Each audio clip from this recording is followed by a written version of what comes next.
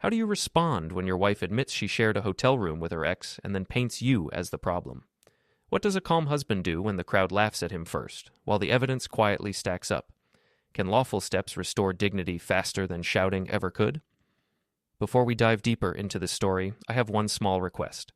Please subscribe, drop a like, comment, and hit that hype button to boost this channel so more people can discover these incredible stories. My name is Isham Vell. I move boxes for a medical supply company and keep lists for everything. I believed routine could hold a marriage steady. She said trips were part of growth. I said home liked quiet. She laughed and called me safe. I thought safe was good. The trouble began with a hotel. She said rooms were tight, so she and her ex used one. She said it was practical, not romantic. I asked when the plan changed. She said it was last minute and I should trust her. I noted the second toothbrush in the travel bag. She said it was spare. At night, I placed 2 mugs on opposite counters and wiped the table twice. A sticky note on my wallet read, "Bring forms." My phone flashed a reminder, downtown 2:10 p.m., and I swiped it away. A thin binder called Utilities sat on the shelf, thicker than bills. A USB lived under a folder marked Taxes. I did not touch it. I kept my voice even, because storms pass faster than shouts. Our son asked if we were fine. I said adults sometimes forget rules. The hallway was still. My phone vibrated. The door latch clicked. I started the morning on the stairwell. The air smelled like dust and last night's rain. I heard her shoes on the steps and told myself to breathe once more before she reached the landing. She came up with a bright face and a tired voice. She said the trip ran long and flights changed late. I said work does that sometimes. She said I sounded unhappy already. I said I wanted simple facts first. She smiled like I had missed a joke everyone else enjoyed. I watched her set her bag down and brush powder from the strap. I asked if the hotel really had no free rooms. She said the conference was huge and the hotel was full by evening. I asked when she learned that detail. She said after check-in, so she and her ex took 1 room to keep costs down. I asked if the company would pay for that update. She said finance loved savings and I was not helping. I said I heard a second toothbrush fall from her travel bag when she unpacked last night. She said it was a spare that came with the kit. I said I believed her words could be true, but the pattern did not feel safe. She said I wanted control, and she needed space to grow. I said growth needed boundaries, not fog. She said my tone sounded unkind. I said my tone was a flat road because I did not want to crash. In the kitchen, I set 2 mugs on opposite counters. She noticed and asked if I was being childish. I said separate mugs made it easier to remember who washed what. She said I should stop making everything symbolic. I said symbols came when actions turned strange. She pulled juice from the fridge and said this whole thing was about my pride. I said it was about respect and small lines. She said nothing happened in that room. I said sharing a room broke the line already. She said everyone knew that adults can sleep without touching. I said children could say that too, but it was not the rule in marriage. She said I liked strict rules because they kept me from feeling. I said I liked rules because they kept both of us from harm. The sunlight on the counter made a clean stripe. I wiped it once, then again, because the cloth left a faint mark. Our son padded in with soft steps and asked if school came with a field trip. I said I would check the calendar and send the form. He asked if Mommy liked her work friends. I said Mommy liked many people, and work was busy. He asked if I would go on a trip too. I said I stayed close for now because the warehouse needed hands. He nodded and ate a banana in careful bites. She kissed his hair and told him to finish quickly. I rinsed my mug and felt the cold on my wrist. On the wall, a paper calendar showed a red-circled date from last month. I had circled it when a flight change first came up. I kept it in view as a simple reminder that patterns start somewhere. I walked to the bedroom to get socks. Her suitcase lay open. The laundry bag sat on top with a broken drawstring. I did not touch it. I noted the weight of it in my mind and the way the zipper stood open like a mouth that could not close. I placed a thin binder labeled Utilities on the shelf. It looked thicker than bills, and I felt the spine press into my palm. I wrote a short note on a sticky paper that said, "Bring forms." I tucked it behind my wallet, not inside. I opened my phone and a small reminder flashed, downtown 2:10 p.m. I swiped it away without opening it. I renamed one contact using only an emoji and set that thread to mute. I saved a photo of the countertop mugs and closed the gallery. I told myself to keep the record clean and keep my voice even and keep my steps slow. She stood in the doorway and asked if I would say sorry for calling her a liar. I said I did not use that word. I said I used the word unsafe. She said unsafe was dramatic. I said unsafe was honest. She said all her friends thought I needed therapy for jealousy. I said her friends did not sleep in my home. She said her sister posted a funny caption about trust and travel. I said I would rather not be a punchline. She said I should learn to laugh. I said laughter should not cut skin. She said I was making this worse. I said I was making it clear. Then she asked if I planned to punish her. I said I planned to respect myself and protect our son. She asked what that meant. I said it meant we would talk again after work, and I would think in the meantime. She said I was cold. I said I was careful. On the landing, the air felt quiet and heavy. I heard a neighbor's door close and a second latch settle. I checked my phone. A message thread titled Follow-Up sat near the top. I did not open it. The screen lit with a CloudSync banner that said File uploaded successfully. I did not smile. I placed my keys on the dresser and saw a small USB taped under a folder labeled Taxes. I left it where it was. The printer across the room woke for no reason and pushed a blank sheet into the tray. I took a breath and let it be.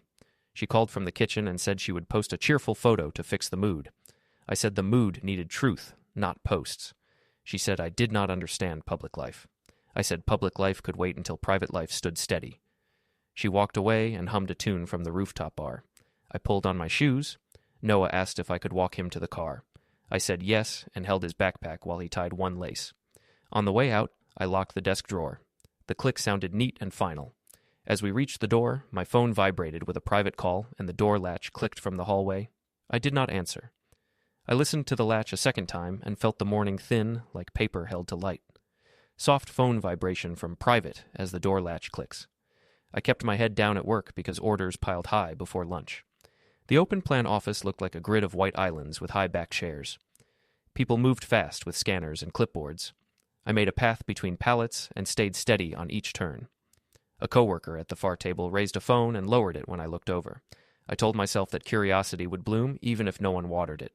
A group chat ping sounded once, then again, and heads turned toward me without turning all the way. I placed my handheld on a charger and cleaned the screen with the side of my shirt. I felt the small heat of the battery under the cloth.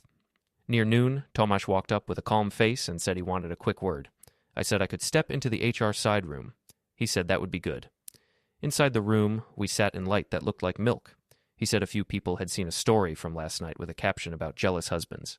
I said I saw the post and took no action. He asked if home problems would affect schedule. I said I would keep deliverables on time and work within policy. He said he trusted my work and only cared about safety on the floor. I said I understood and appreciated discretion. He said to let him know if I needed a personal day.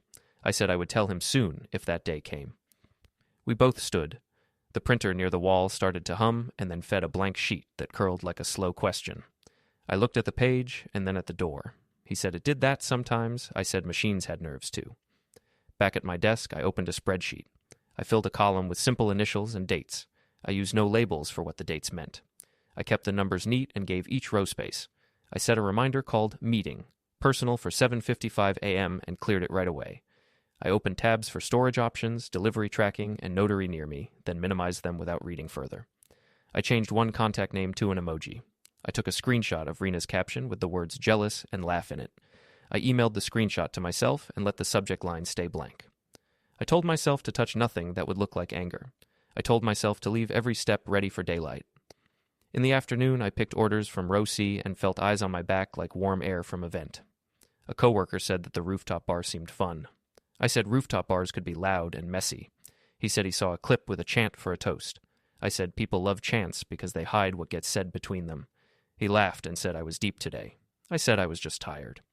He shook his head and rolled his cart away. I kept walking my line and checked boxes twice. The voice in my ear from the handheld said I moved fast today, then went silent. I let the silence stay. At 5, I took the stairs to the garage. The concrete smelled like oil and rain.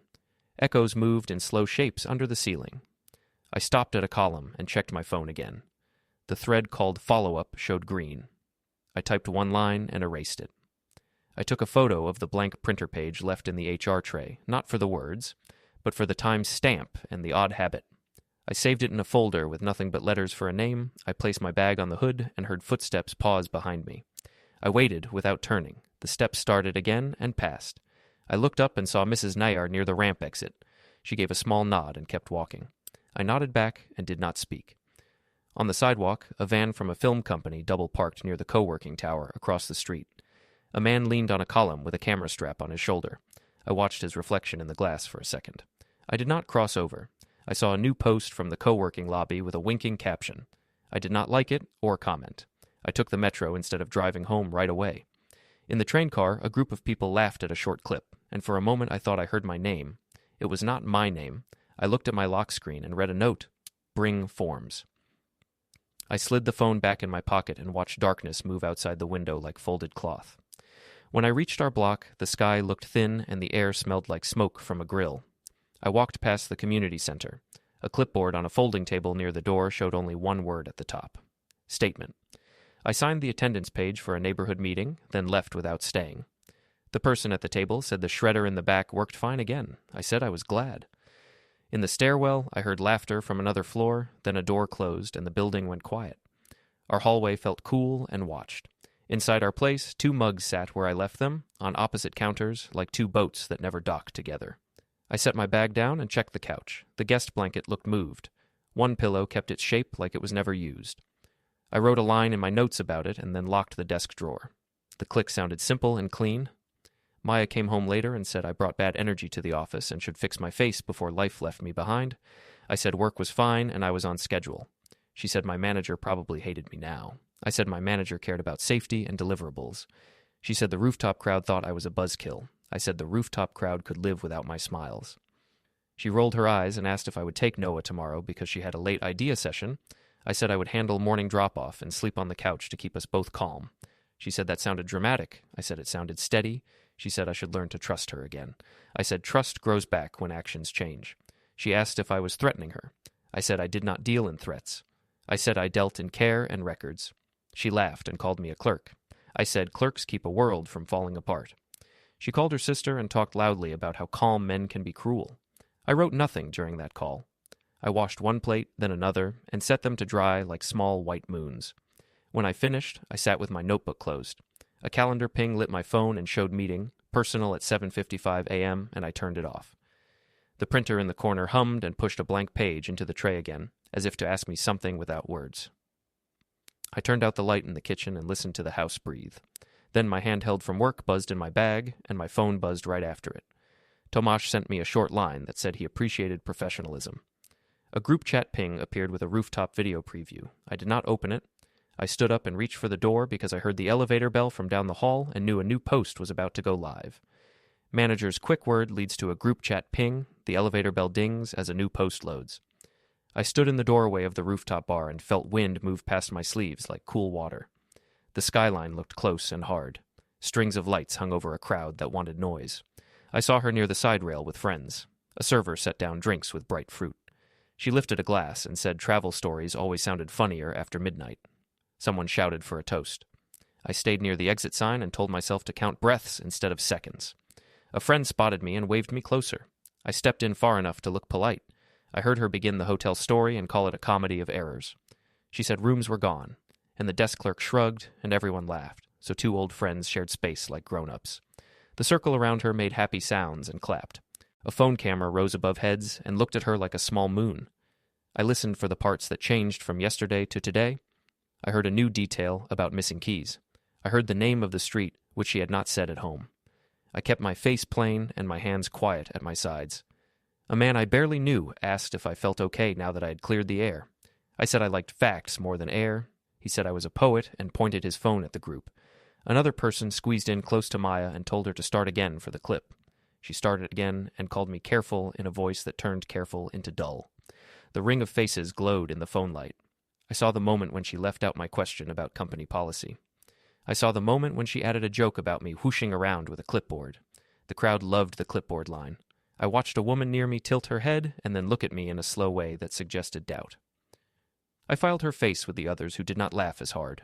I moved one step back and leaned a shoulder on a post. The music from a small speaker sounded thin and brave. I told myself that public stories often end where comfort begins. Truth lives past that end. I kept water in my hand. I did not drink anything colored. I put the glass down and took my phone out without brightening the screen.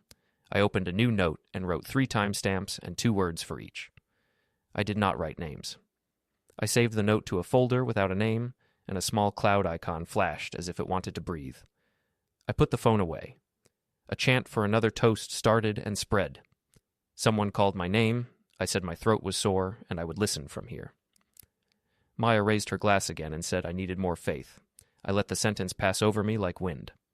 Later, downstairs in the co-working lobby, I saw Luca lean on a column with his camera strap looped across his chest. The building smelled like lemon cleaner and cold air. He said he was there to meet a friend for a small shoot. I said this lobby got good light. He said light forgave a lot. I said rules forgave more. He smiled like he knew something I did not and said I was not the audience for jokes. I said I did not mind jokes when they kept their hands clean. The elevator bell sounded and a door slid open. People spilled out in soft shoes and quiet voices. Maya came through with a friend and said she did not plan this. I said chance worked hard in our lives. She said I like to read into things. I said reading into things was better than walking into them blind. I stepped onto the street and walked to the metro entrance. On the stairs down, I took out a folded sticky note that said, "Bring forms," and pressed it flat in my palm. I put it back. The platform looked like metal and water. I waited at the yellow line. I took one photo of the wall clock and the departure board. I did not take photos of faces. I felt my pocket for a small USB with today's date written in neat pen. I did not take it out. The train pulled in with a soft wind, and I stepped aboard. In the car, a group watched the rooftop clip on a phone and laughed about my clipboard line. I looked at the window and saw my shape next to theirs. My lock screen brightened for a second and showed the old photo of the wall calendar with a red-circled date. I let it fade. I saw a thread called follow-up and wrote one quiet sentence. Record pattern, not pain. I deleted it and closed the screen. A beep from the recording app sounded faint in my pocket because my thumb brushed the side button. I checked that the app was closed. I looked down and saw my hands resting like careful birds. When the train reached the river, a child in the next row started to cry, and a woman hummed him calm. The lights flickered once. My phone vibrated with an unknown number. I did not answer. The doors chimed, and the call came again at once. I kept still. I watched the reflection of the door in the window and saw the camera flash in my head from the rooftop, bright and careless. I told myself that some lights show you what you already knew. The train slowed and people stood. I stayed seated until the last second. Camera flash at the toast. Unknown number rings as the train doors chime. The caller tries again. I pushed open the door of the family restaurant and saw the long table already set with paper menus and crayons. Our son drew a square house with a tall door and a little sun. Galina waved at me and tapped the chair beside her. Rena lifted her phone, then set it down with a small sigh, as if she meant to be polite for 5 minutes. Plates clattered in the kitchen. A server said something about bread. I sat across from Noah and told him his son looked like a bright egg. He smiled and said Mommy liked eggs on Sundays. I said I could make some next week. The conversation slid around me like plates on a tray. Rena told the table about a rooftop view and a funny hotel story that proved I took jokes too hard. She did not say my name. Everyone knew. Galina said families must protect their image because children needed smooth days. I said children needed truth more than image. Galina said truth could stay quiet when it saved hearts. I said quiet truth and quiet lies did not feel the same in a house at night. A cousin leaned in and asked if the hotel had one bed or two. Maya smiled and said 2, obviously, and told him to stop being dramatic. Rena laughed and said adults could sleep like stones with a wall of pillows. I did not throw words at any of them. I cut Noah's chicken into small pieces and pushed a glass closer to his hand so he would not reach. Noah whispered and asked if I would sleep on the couch again. I said maybe for a little while so everyone could rest. He said the couch looked lonely. I said sometimes lonely things keep the house safe. He asked if Mommy liked the picture man from the lobby. The table went quiet for a beat that felt like a step in deep water. I said Mommy liked her friends and made big plans at work. I said grown-ups sometimes forgot rules when they chased big plans. He asked if rules came back after they ran away. I said rules came home when people wanted them to. He looked at his drawing and added a fence around the house. He colored it green and pressed hard enough to squeak the crayon. Rena broke the silence with a small laugh and said I was making the boy anxious. Galina said this had to stop. She told me I could fix the story with a nice post and a family photo by the river. I said I did not move my life for stories. She said men should learn not to be so stiff. I said stiff things break when pushed too hard. Steady things bend and set. She shook her head and asked if I planned to punish her daughter for a joke. I said I planned to guard my dignity and my son's calm. I said I would do that without shouting and without drama. She said lawyers make the worst kind of drama. I said I was not talking about lawyers. I was talking about lines and how we cross them once and then again and then pretend we have not moved at all. The server brought cake and a candle for a small birthday in the back corner. A chant started there and spread to our table. because chants do not ask permission to travel. I felt my phone buzz with an alarm and saw the words paper drop 11:20 a.m. on the screen. I cleared it with my thumb and set the phone face down. Rena watched my hand and raised one eyebrow like I had slipped. I ignored her. After the meal, I took Noah to the park while Maya stayed to help Galena settle the bill. The wind pushed leaves in little loops. I sat on a bench and watched other people throw a ball. Noah showed me his fence drawing again and said the house felt better with a fence. I said fences worked when both people wanted the gate. He asked if gates could lock. I said gates could lock and unlock, and the person with the key should be kind. He asked who had the key. I said the family had the key and should use it with care. A neighbor I knew from the building, Mrs. Nair, walked past with a tote. She gave me a look that carried more weight than words. I nodded and kept my voice low in case she stopped. She did not stop. She looked at Noah and smiled, then walked on. I wrote a short line in my phone about her passing at this time in this park. I kept my descriptions dry and true. From the park, we walked by the community center. A folding table sat near the door with flyers and a clipboard. At the top of the sheet, in big plain letters, the word statement looked lonely. I signed the attendance line for a neighborhood meeting next week. I watched the person at the table feed paper into a small shredder near the wall. The shredder buzzed and lowered its voice as the page disappeared. I felt something in me say that noise would show up in my head later, when the living room went quiet. I took one photo of the word statement and cut off everything else. I put the phone away. When we got home, I opened my laptop and built a clean folder tree with 2 boxes called Archive A and Archive B. I did not move anything into them yet. I closed the screen when I heard steps come down the hall. The desk drawer locked with a soft click.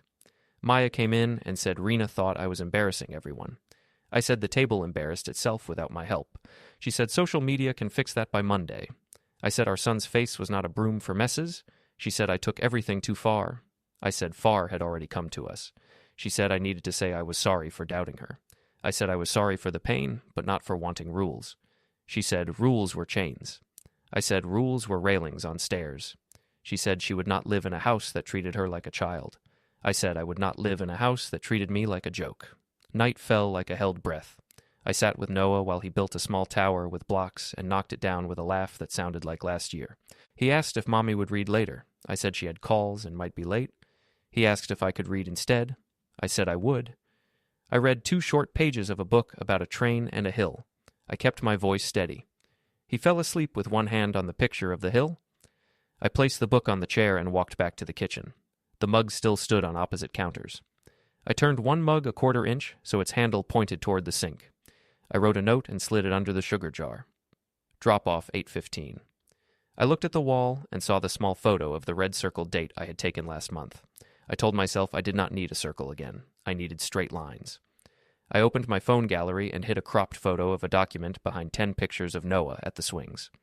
I closed the gallery and placed the phone face down. I listened to the hallway. The apartment above ours dragged a chair. The building settled. Maya came back from the bedroom and said Galena wanted me to stop making Noah anxious. I said Noah asked fair questions because he was smart. She said I was feeding those questions with my behavior. I said my behavior was quiet and clean. She said quiet and clean could be cold. I said cold was still better than chaos.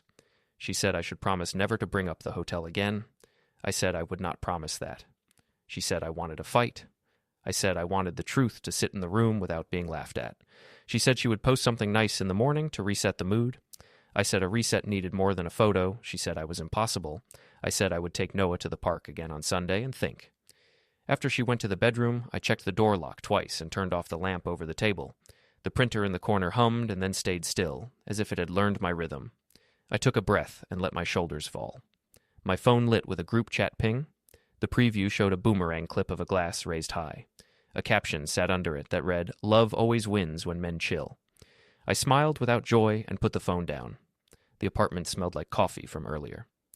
In the silence, I heard my own pulse for a second. I said to the room, not loud, that I would be steady and I would be fair. From the bedroom, I heard her say something into her phone about stubborn men and old rules. I did not answer. I set my alarm for morning and watched the numbers settle. Morale, family hook. Noah asks if Mommy likes the picture man and why Daddy sleeps on the couch. A group chat ping lights the screen as Galena pushes for image over truth. The house holds its breath. I woke before the alarm and listened to the house breathe. The couch had left a slow ache in my shoulder. I sat up, folded the blanket, and placed it on the armrest with the tag tucked in. The kitchen held a soft blue light. I set 2 mugs on opposite counters and let the faucet run until the water turned clear. I made mine plain. I left hers empty and clean. A small phone alarm pulsed on the table with the label Paper Drop 11:20 a.m. I silenced it and kept my thumb there for a second longer than needed. The wall calendar looked like a map with nothing marked. I did not draw circles anymore. I checked the folder shelf and slid a thin binder labeled Household next to Utilities. The binder felt heavier than last week. I locked the desk drawer and counted the clicks in my head. Noah shuffled in and asked if we could make pancakes. I said we could try on Sunday when the pan behaved. He liked that line and repeated it. Maya came out with her phone in her hand and said she had ideas to pitch. I said I would handle drop-off and pick-up. She said I was playing house guard for applause. I said I was keeping routine for a child. She said routine could choke a life. I said routine could keep a life from falling. Noah asked if the pancakes would have chocolate. I said maybe 1. Maya rolled her eyes and told him Daddy spoiled him. I said I tried to make the morning soft. She said I made it slow. She stared at the opposite mugs and smiled like she had seen a trick. I washed my cup and dried it with a towel until no ring showed on the counter. I placed my phone face down and felt the case's smooth edge under my palm. After school drop-off, I drove to the garage under my building and parked facing the street. I sat with the window open a little and breathed the concrete smell. A car door shut 2 levels over, and the echo rolled down like a wave. Footsteps paused behind a column, then moved away. I took out my notebook and wrote dates and short words with no names. I sketched a simple grid and left most of it empty. I checked my phone and saw a calendar reminder blink. Downtown, 9:05 a.m. I let it blink once more and then cleared it. I changed one contact name to a single emoji and set it to mute. The clouds in the windshield looked like scraped paint. At work, Tomasz asked if I needed a personal day soon. I said I would let him know if I did. He said he liked the way I kept the floor steady. I said steady was easier than drama. He laughed without sound and nodded to the pallet jack. I moved boxes from row B to row D and kept count out loud in my head. My handheld hummed every time I scanned a label. I took a short break and sat at the far desk where the light fell flat. I opened a spreadsheet with initials and dates and added 2 rows. I did not write reasons. I plugged in a small USB labeled with today's date and made 1 folder with a letter for a name. I closed it. I searched for storage options, delivery tracking, and notary near me. I read nothing. I minimized all windows when someone walked past. My phone buzzed in my pocket with a muted call from the emoji contact. I let it pass. The printer at the wall clicked alive and spit out another blank page. I watched it curl on the tray like a slow leaf. At lunch, I met Eli in the hospital cafeteria because the parking is simple and the noise is neutral. He said the coffee there tasted like advice. I said I liked advice when it stayed quiet. He asked if I wanted him to keep Noah Friday night so I could breathe. I said that might help. He said he would not ask questions and would watch cartoons without commentary. I said that sounded kind. He asked if I had a plan. I said I had patience and a clock. He told me not to play hero. I said I would not play anything. He said he remembered Dad saying that a calm man could move a wall 1 brick at a time. I said I was not moving a wall, I was measuring it. He touched the table twice with 2 fingers like he used to do before exams. We both smiled, small. Near the register, a copier coughed, and a printed page hung crooked for a second before it fell into the stack. I watched the curl ease. I wrote the time down on my napkin. Eli watched me write and told me to keep notes and not to light fires. I said I would use water. In the afternoon, a group chat ping on my phone showed a short rooftop clip with a text overlay about jealous men. I let the preview die on the lock screen. I noted the time. I used a nearby outlet to charge my phone because the battery drained fast when it had to swallow noise. I put on headphones and stepped into a quiet hallway and made a short call. I asked a voice about options and timelines in general terms and listened more than I spoke. I heard paper move on the other side and a keyboard click. I said thank you and ended the call. I did not save any names. I wrote 3 lines on a sticky note. Drop-off times, meals, calm face. I stuck it to the inside cover of the household binder and shut it. I slid the binder back to the shelf so the spine lined up even with utilities. I took a picture of the spines and hid the image in the gallery behind photos of Noah at the swings. The CloudSync pop-up blinked and told me a file uploaded successfully. I did not open it. When I reached home, the smell of toner hung in the room. The printer hummed like a machine that wanted a job. I fed it blank paper and watched it pull one in and push it out without ink. I stacked the blank pages and placed a paperweight on top. I checked the couch and smoothed the blanket corners. The guest bed looked touched. I wrote a line in my notes and set the phone face down. Maya walked in and said she felt watched in her own home. I said I felt watched in public places by people who called me a joke. She said it was only a phase and we could fix it with a few posts. I said posts could not glue a cracked plate. She told me to stop dramatizing. I said I was done with drama. I said I would handle everything properly. She laughed and told me she was terrified of my paperwork soul. I said my soul liked clean rooms and clear lines. She asked if I would tell my mother-in-law and break her heart. I said hearts did not break from truth. They broke from long lies. She said I enjoyed sounding wise. I said I enjoyed being ready. Noah called for water, and I took a cup to his room. He asked if Sunday pancakes needed bananas. I said maybe. He said bananas made the kitchen smell funny. I said we could decide in the morning. He fell asleep before I finished speaking. I stood by the door and listened to his breath slow and smooth. When I walked back to the kitchen, my phone lit from the table with the word private on the screen. I did not touch it. The printer spooled again and pushed another blank page. I watched the page slide out and stop. I looked at Maya and said again, very plain, that I would handle it properly. She raised her eyebrows like I had told a joke with no punchline. Calm threat. He says he will handle it properly. The printer spools a blank page while the phone lights up as private. The office tower lobby felt colder than the street, even though the doors kept opening. The floor shone like water you could walk on. People moved in clean lines. The guard nodded at anyone who looked like they belonged to a schedule. I stood near a column and watched the elevators breathe open and closed. A camera lens above the desk blinked red and then steady. The air smelled like lemon and dust. I checked the time and saw each minute step into place without argument. I told myself to keep my shoulders level and my hands where they could be seen. The glass outside reflected a gray sky. It had the look of a blank page that would not take ink. Maya texted that she was on her way to see a friend upstairs about a campaign. I replied that the lobby worked fine for me. She told me not to make a scene. I said I did not deal in scenes. I pressed my tongue to the roof of my mouth the way I do when I want to keep words from spilling. I saw Luca through the door before he saw me. He walked with his camera strap across his chest like armor. He slowed when he recognized my face and then hovered near the planter with the tall plant that did not look real. He lifted his phone and looked at the screen, not at me. He smiled without teeth. I looked away. Galina arrived with a small purse and the look of a person who would fix a window with a curtain. She asked if we could talk privately. I said I would speak with respect and keep my voice low. She said families should avoid public shame. I said families should avoid private harm. She said I had a son and should think of his future. I said I was thinking of his future, which included rules, calm, and a steady roof. She said posts could repair. I said posts could not repair a broken hinge. She sighed and told me this was not the way. I said my way was the law, which is the way when people cannot agree.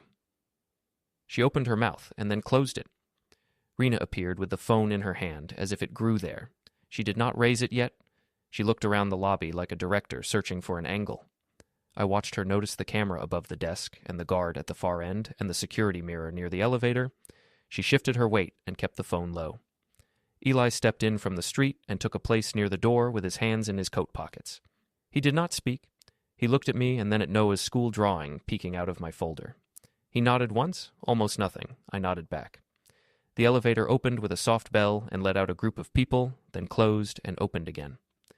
Maya came out with a friend from upstairs. She wore a bright expression on her face like a sticker, the ready kind you peel off and throw away later. She said she hoped we could leave the past where it belonged. I said I hoped we could face the present where we stood. She looked over my shoulder and saw the person who had stepped forward and asked her to confirm her name. She said yes. The person spoke in a steady voice and handed her a packet in view of the lobby camera. The packet did not need a speech. The air in my throat went cool. Luca took a half step toward her and then stopped when he realized the guard had turned his head. Rena's phone dropped slightly. Galina whispered my name like it had grown heavier. Maya read the first page and her mouth stayed open, but no words came out. The lobby slowed down and then sped up again around us. I kept my hands at my sides. I said I wanted the process because argument had turned circular and public. I said this protected our son and defined the house and its quiet. I said I would follow every rule. Maya asked if I was serious. I said I was. The person who served the packet acknowledged the moment for the record and then left with calm steps. The security camera lens blinked. The elevator bell sounded like a small metal heart. Eli stood straighter but did not move. Galena touched Maya's elbow and said families should not stand in lobbies with documents. I said families should not stand on roofs with jokes. Rena lowered her phone and glanced at the guard, then at the camera, then at the floor. Luca looked at his strap and adjusted it like that would make time go back. I thanked the staff for the space and said I would be brief. Maya said I was cruel. I said I was careful. She said I had made her look like a villain. I said she had written that part herself when she chose a room that was not ours. She asked if I felt proud. I said no. I said I felt steady. And steady was what our son needed. I said the orders inside the packet would keep our home from breaking while we worked out what came next. I said the paper asked for a schedule for Noah so he could count his days like train cars on a track. She pressed her lips together and stared at the page. The guard glanced at the clock. My phone buzzed in my pocket with a small notification that read, "Delivery tracking. Complete." I looked at the word, and then at the ceiling, and then at the floor. The lobby lights hummed. Maya held the packet like it had weight she did not expect. Luca stepped back toward the planter. Rena put her phone in her pocket and looked smaller without it raised. Galena asked if we had to do this here. I said we had to do this where witnesses could see, because witnesses remember. Maya said she never touched him. I said the room itself touched the rule. The elevator doors opened with a soft breath. The camera lens blinked again. I thanked Eli for coming. I nodded at the guard.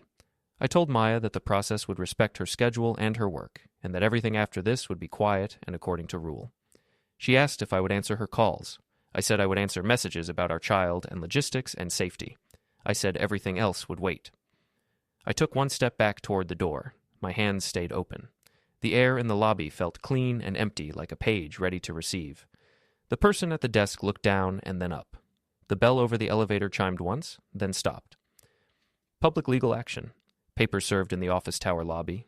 Temporary orders acknowledged. The elevator bell sounds once. Result lands. Cut to black.